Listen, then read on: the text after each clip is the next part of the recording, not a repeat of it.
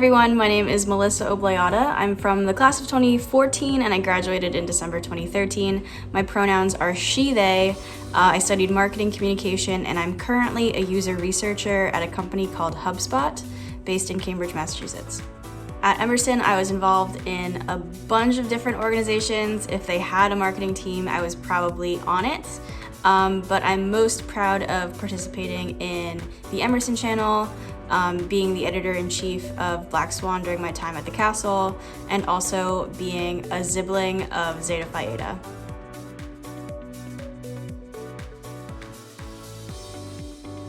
I graduated high school in 2010, and honestly, I was looking for a school that was really queer-friendly.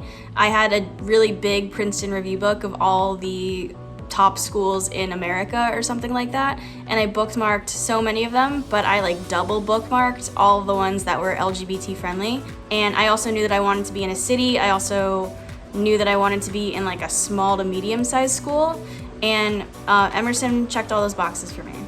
I also love that the marketing program focused on marketing communication and not just marketing from the perspective of a specialization in a business degree.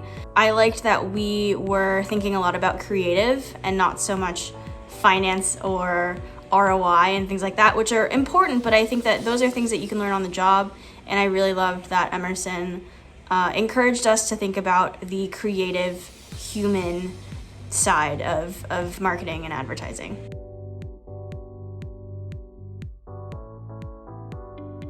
I'm still very much in the middle of transitioning from working in diversity, equity, and inclusion over to becoming a user researcher. But I think that at the core of both of these jobs is empathy. I also think that's a big thing that came into play when I was studying marketing at Emerson.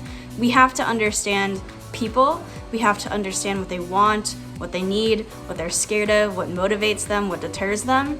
So much of user research is learning through doing. Same thing with diversity and equity and inclusion, same thing with marketing, because concepts and theories are incredibly important, but the most important thing at the end of the day is getting that experience under your belt.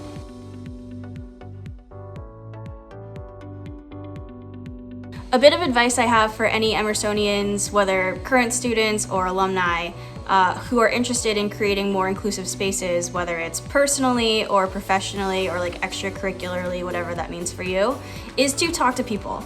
You have great ideas, but I don't want you to only think about your definition of inclusion in a vacuum with just yourself.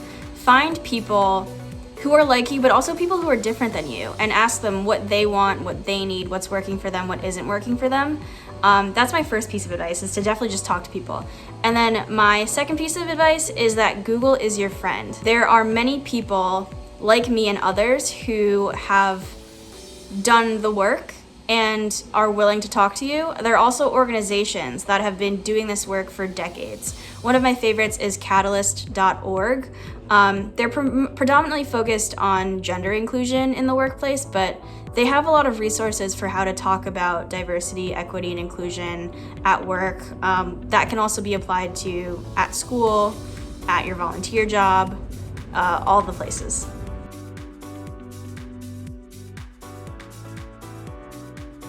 I think that my professional highlight in my decade-ish working after Emerson is probably starting my company's LGBTQ employee resource group and also co-founding our BIPOC employee resource group. The work that I did, I feel, really laid the foundation for my company's current diversity, equity, and inclusion strategy.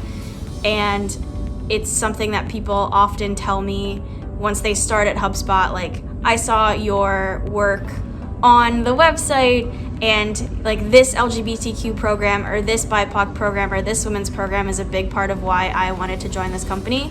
And that makes me super proud, because just like Emerson is a place to invest a couple years of your life and you want to be really discerning about where you spend that time, the same thing goes for where you can work.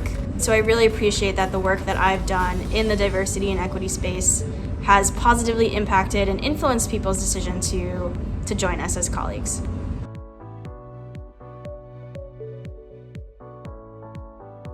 Some professional advice I would give to my younger self is that it's okay to not have an end goal.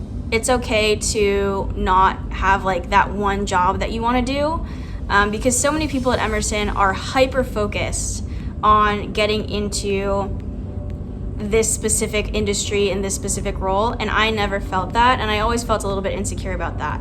But I found that it's okay. Like, I've grown so much in my career, and it hasn't been a linear journey. Like, I'm not necessarily climbing up the rungs of the ladder. It's a bit more of a zigzag, but I've learned so much. I've met so many awesome people.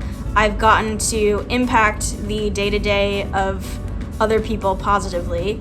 I've gotten to reconnect with Emerson through the work that I've done, and I think that's something that I really value. It's not always a linear journey. Sometimes it's a zigzag, and there is absolutely nothing wrong with that.